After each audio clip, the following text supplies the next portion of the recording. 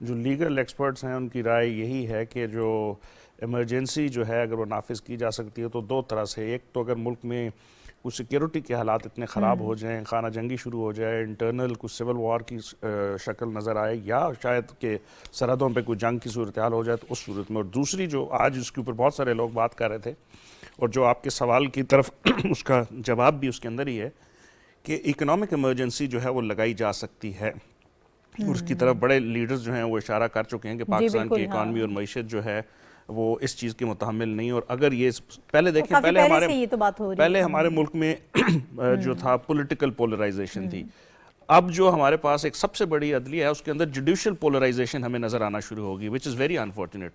اور اس صورتحال کے اندر اگر آپ باقی جو دیکھیں، اور پھر آج کے اس فیصلے میں ایک اور بڑی انٹرسٹنگ جو چیز نظر آئی وہ کہ صرف پنجاب کے اندر کہا گیا کہ 90 دن کے الیکشن کی بات کی گئی. کے پی میں وہ قانون یا وہ آرٹیکل وہاں پہ لاگو ہی نہیں ہوا ابھی تک.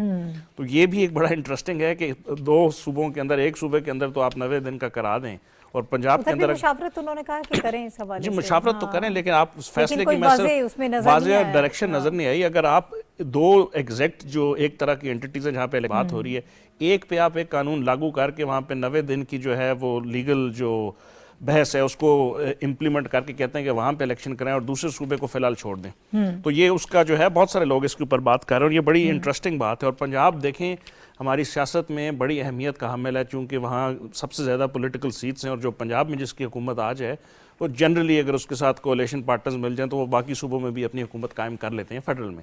تو یہ اس طرح کر کے جو ہے نا، جو پولیٹیکل پولرائزیشن، جوڈیشل پولرائزیشن اور اب اکنامک پولرائزیشن کی طرف ہم جا رہے ہیں، یہ بڑا خطرناک ہے. اور اس میں جو ہے اس سے کسی طرح ہمیں بچنا ہوگا. یہ ساری باتیں سے پہلے مختلف جو سینئر پولیٹیشنز ہیں وہ کر چکے ہیں کہ مل بیٹھ کے کوئی اس کا حل نکالیں. آج کے فیصلے کے بعد بھی مختلف رائیں فیڈرل کیبنٹ جو فیصلہ کرے گی وہ ہمیں کل تک اس کے اندر اور چیزیں واضح ہو جائیں گی. لیکن حل اس کا ابھی بھی یہی ہے کہ آپ جب تک بیٹھیں گے نہیں، اس طرح کا الیکشن ہو بھی جائے تو اس کا رزلٹ مور پولرائزیشن ہوگی، ملک جو معاشی بدحالی ہے اس کی طرف اور جائے گا. سیکیورٹی کے حالات بالکل بہتر نہیں ہے. پنجاب کی جو مختلف رپورٹس آئیں اس میں یہ ہے کہ 45% جو آپ کے پولنگ جو ہیں، اور یہ ابھی کی بات ہو رہی ہے، کل کا آپ کو نہیں پتا افغانستان کے حالات کیا ہیں. انٹرنل جو ہے وہ آپ کے دوست ممالک جو آپ کے لیفٹ رائٹ ہیں، میں اور دوست کو سرکاسٹکلی کہہ رہا ہوں، وہ آپ کی ان چیزوں سے کتنا فائدہ اٹھائیں گے. تو یہ فیصلہ جو ہے اس کو اگر آپ ہائنڈ سائٹ میں دیکھیں تو یہ پولیٹیکل جو انسٹیبلٹی ہے اس کو بڑھانے کا موجب بنے گا، کم نہیں کرے گا. ٹھیک ہے.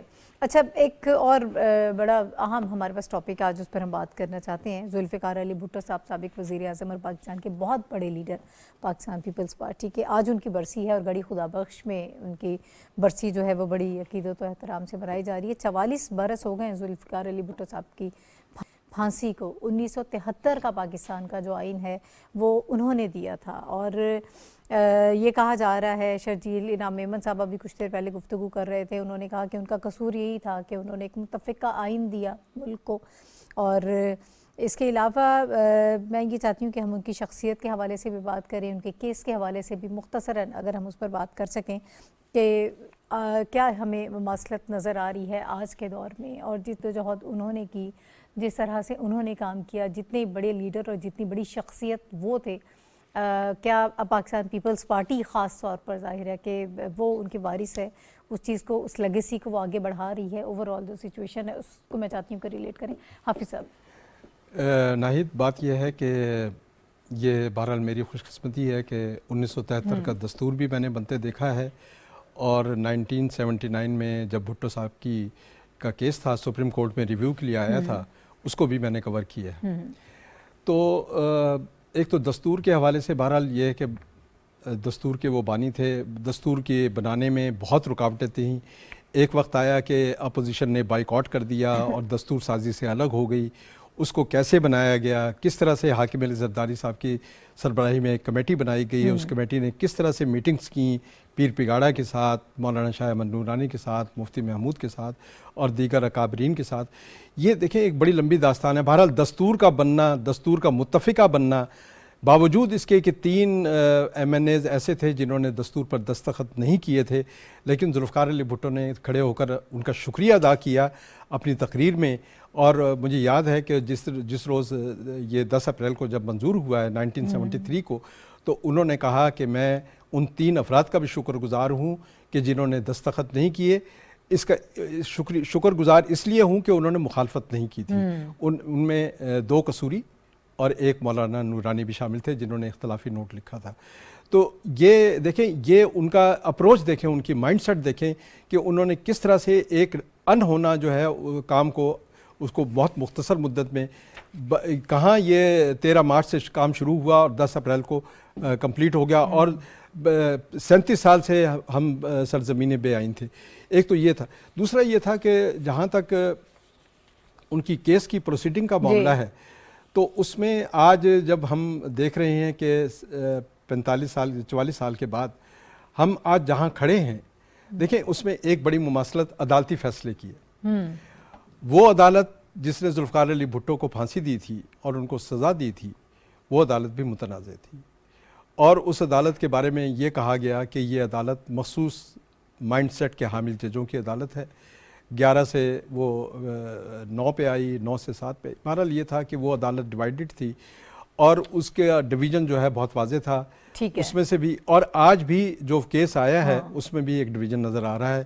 تو یہ ایک مماثلت، لیکن یہ ہے کہ ذوالفقار علی بھٹو نے بڑی دلیری کے ساتھ زندگی گزاری اور اپنی موت کو بھی بڑی دلیری کے ساتھ قبول کیا. انہوں نے کوئی کمپرومائز نہیں کیا عوامی حقوق پر، آئین پر، آئین کی بالادستی پر اور عوامی لیڈر تھے، یہ انہوں نے ثابت کیا. جی صافی صاحب، ان کی شخصیت کے حوالے سے میں چاہتی ہوں کیا بات کیجیے. شبہ ذوالفقار علی بھٹو نہ صرف پاکستان بلکہ عالم اسلام کے ایک عظیم لیڈر تھے، اور اس پہ ان کے بدترین سیاسی مخالفین بھی اس بات پہ متفق ہے کہ ان کی سیاسی وزڈم جو ہے اس کی ثانی تاحال پاکستان میں سامنے نہیں آئی ہے. ان کی بیٹی نے ان کی لیگیسی کو آگے بڑھنے کی کوشش کی تھی، وہ بھی بڑی لیڈر تھی، لیکن قد کاٹ میں بھٹو کا مقابلہ ابھی تک کسی نے نہیں کیا ہے.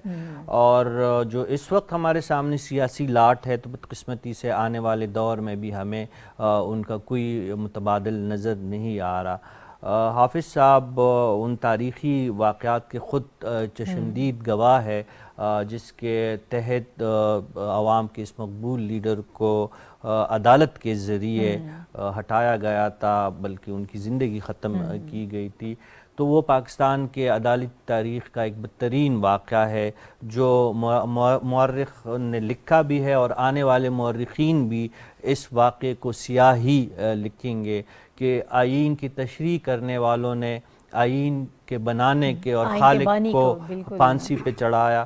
تو یہ جو ایک سوال جو ہے ان عدلیہ کے لیے جو چھوڑا ہے تاریخ نے، اس کا جواب ایک دن دینا پڑے گا. اور آپ جانتی ہے کہ پیپلز پارٹی تقریباً 10 سال قبل عدالت گئی ہے، سپریم کورٹ گئی ہے. ان کا ایک پٹیشن اس وقت بابر اعوان صاحب پیپلز پارٹی ہی کی نمائندگی کر رہے تھے، اور انہوں نے ایک پٹیشن دائر کی ہے، لیکن 10 سال تک اس پٹیشن کی سنوائی ابھی تک عدالت نے نہیں کی ہے، اور اس پہ خاموشی ہے.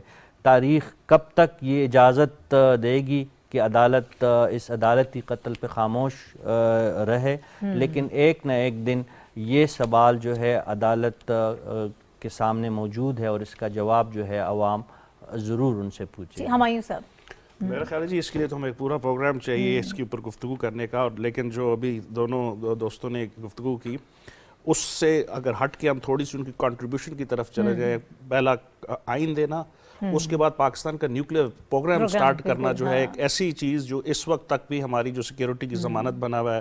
اس کے بعد جو ہے پہلی اسلامی کانفرنس کا انعقاد یہاں پہ کرنا، اور پاکستان کو جو ہے اسلامی ممالک کی طرف لے کے جانا، لک ایسٹ پالیسی دینا، چائنا کے ساتھ اپنے تعلقات کی جو ہے ایک وہ رکھنا، بنیاد رکھنا. اس کے بعد ایک ڈکٹیٹر کے خلاف جو ان کی جو جمہوریت کے لیے اگر آپ وہ کریں، تو یہ ایک ایسی، یہ تو 4-5 اتنی بڑی باتیں ہیں کہ کہا یہی جاتا ہے کہ قائد اعظم محمد علی جناح کے بعد اگر ابھی تک کوئی لیڈر آیا ہے تو وہ ذوالفقار علی بھٹو ہے. تو میرا خیال ہے کہ ان کو جتنا خراج تحسین پیش کیا جائے اتنا کم ہے. ٹھیک ہے، بہت شکریہ